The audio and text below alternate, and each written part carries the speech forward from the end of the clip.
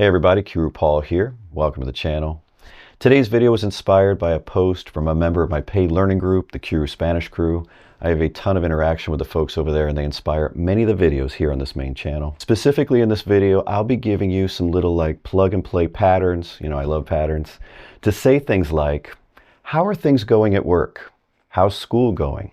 How did you do on the test? We're going to simplify this. By the end of this, you're going to be just, all kinds of small talk. So we're going to kick it off in the present tense. How's it going? ¿Cómo te va? Literally, how does it go for you? Okay, that's what that te is. Now, if you ever need the formal version, maybe you're not speaking in the tú form with someone, just change that te to a le. ¿Cómo le va? Now, for the purposes of this video, I'm going to keep things pretty casual. So we're going to be using the tú form, and that means that's going to be a te. ¿Cómo te va? How's it going? Now, if we want to be more specific and want to say something like, how's it going at work? This is going to be our little plug and play formula. It's going to start the same way. ¿Cómo te va en? And then we're going to talk about what it is. So at work would be, ¿Cómo te va en el trabajo? How's it going for you in the work, at work? We have our definite article in there. So it's not en trabajo, it's en el trabajo. How's school going? ¿Cómo te va en la escuela? See how it works? We're just following our pattern. ¿Cómo te va en what? School. La escuela, literally. How is it going for you in the school? Now, if it helps you remember these things literally, by all means do that. You're not going to screw up your English. Personally, that's how I learned. I would always think of these little constructions literally translated in my head in English, and that way I could remember to use them in Spanish. All right, let's move on to the next section. We're going to have our same question there, but we're going to change our plug and play formula just a little bit because now we're going to focus on the specific action that's occurring. So we're going to have ¿Cómo te va? Plus the Spanish gerund called the gerundio. And that's when we have, say, an AR verb like hablar and it becomes hablando, that kind of thing. And ER-IR would become yendo. So escribir, to write, would become escribiendo. That is the Spanish gerund. Now our construction here, ¿Cómo te va? Plus gerundio, so I'm going to write it. This is especially natural when we're talking about an ongoing process. ¿Cómo te va estudiando español?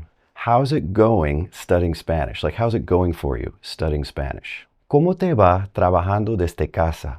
How's it going working from home? That's a useful one. A lot of remote workers out there. That's what I do. I work from home. I'm making this video at home. All right, you want to try one? I haven't had you try any of them today so far. Try this one. How's it going living in Mexico? You got it? You don't need a lot of time unless you're not writing it out, right? ¿Cómo te va viviendo en México? Man, it's pretty easy, right? Just remember the plug and play phrase. If you learn Spanish like this, with little formulas and phrases you can pop together, you will always make grammatically correct, sentences. And a lot of times there are things you've never seen or heard before in Spanish, but you're following the formula. I may never have said that before in Spanish or even heard it, but I'm like, okay, I know vivir, and I can make it viviendo. ¿Cómo te va viviendo? Got it. Now, before I move on to the past tense, because we want to be able to say, how did things go? I just want to thank everyone who bought my new book, Spanish Subjunctive Triggers. I surpassed my personal goal of 1,000 sales in the first month, so thank you. How did I come up with 1,000 sales? I don't know, it just sounded like a lot, so that was my goal, and I surpassed it, so thank you, thank you, thank you. All right, now let's get into the past tense. How did it go? To do this, we're just going to tweak our formula just a little bit. We're going to change our verb there to fue. ¿Cómo te fue? How did it go? And just like before, we can get more specific by adding en plus the noun. ¿Cómo te fue en el examen? How did you do on the test? Now you see in English, we said, how did you do on the test? And if you were like, okay, how would I make that into Spanish? Well, using this formula, you are saying the same thing, all right? So you just have to kind of tweak how you're looking at these so okay, I know the pattern, I know the plug and play phrase, I can make sentences all day, all right? For example, how did the interview go? Let's say we're going to do that one, right? We're going to be using this particular formula. What do we got?